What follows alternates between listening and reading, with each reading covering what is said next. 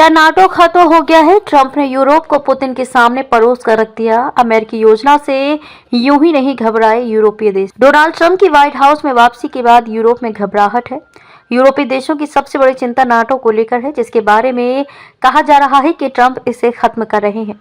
अमेरिकी योजना ने यूरोप को परेशान कर दिया है, उसे अपनी सुरक्षा की चिंता सता रही है। यूक्रेन युद्ध खत्म करने को लेकर डोनाल्ड ट्रंप की योजना को लेकर यूरोप बहुत चक्का है।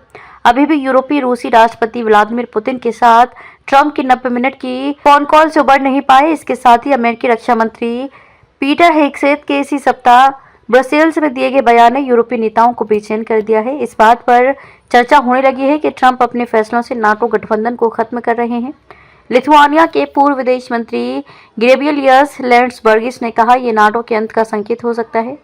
ट्रंप की घोषणाओं से यूरोप में घबराहट। पॉलिटिको की रिपोर्ट के अनुसार ट्रंप की चौंकाने वाली घोषणाओं के बाद यूरोप में घबराहट का माहौल है।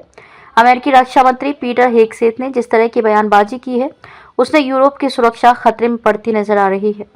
हेगसेथ ने तो यूरोप को अमेरिका के लिए सुरक्षा गटर बता दिया, यानी साफ है कि अब अमेरिका का यूरोप की रक्षा का कोई इरादा नहीं है।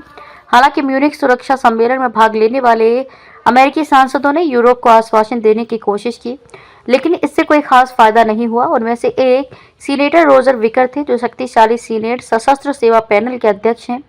विकर ने पॉलिटिको से कहा कि हेगसेथ ने ब्रसेल्स में एक नौसिखिए की गलती की। मुझे नहीं पता कि उनका भाषण किसने लिखा, लेकिन यह टकर कार्लसन द्वारा लिखा जा सकता है। कार्लसन एक मूर्ख है। अमेरिकी उपराष्ट्रपति का भी यूरोप पर हमला। विकर ने यह भी कहा कि हेगसेथ ने अपनी कुछ कठोर टिप्पणियों को वापस ले लिया है, लेकिन उन्होंने अभी तक ऐसा नहीं किया है, जिससे यूरोप की अमेरिकी सुरक्षा गारंटी होने की बात आती है। इस बीच अमेरिकी उपराष्ट्रपति जेडी वेंस ने म्यूनिख सुरक्षा सम्मेलन में एक और बम फोड़ दिया। उन्होंने यूरोप के संबंध में खतरे के बारे में बात करते हुए कहा, ये रूस नहीं है, ये चीन नहीं है, ये कोई अन्य बाहरी अभिनेता नहीं है। जिस चीज के बारे में मुझे चिंता है वह भीतर से आने वाला खतरा है। अमेरिका के बाद कहाँ जाएगा यूरोप? यूरोप के लिए समस्या यह है कि वह अब तक सुरक्षा के लिए अमेरिका पर निर्भर रहा है, जिसे संकट के समय बुलाया जाना अपरिहार्य है। ऐसे में सवाल है कि वह अब किस ओर जाए। इसका जवाब है शायद खुद की ओर। पूर्व जर्मन राजनयिक वोल्फगैंग इंशिगर ने पॉलिटिको से कहा कि शायद यूरोप को झटकों की जरूरत है ताकि उसे आत्मनिर्भर बनने की तरफ बढ़ाया जा सके। उन्होंने कहा कि यूरोपीय नेता आंशिक रूप से उस स्थिति के लिए जिम्मेदार हैं जिसका वे अब रोना रो रहे हैं। क्या यूरोप ने देरी कर दी? यूरोपीय नेता रक्षा को बढ़ाने की तैयारी की बात कर रहे हैं, लेकिन अन्य लोगों को आशंका है कि शायद अब बहुत देर हो चुकी है। उन्हें डर है कि ट्रंप प्रशासन मित्र नहीं बल्कि शत्रु है।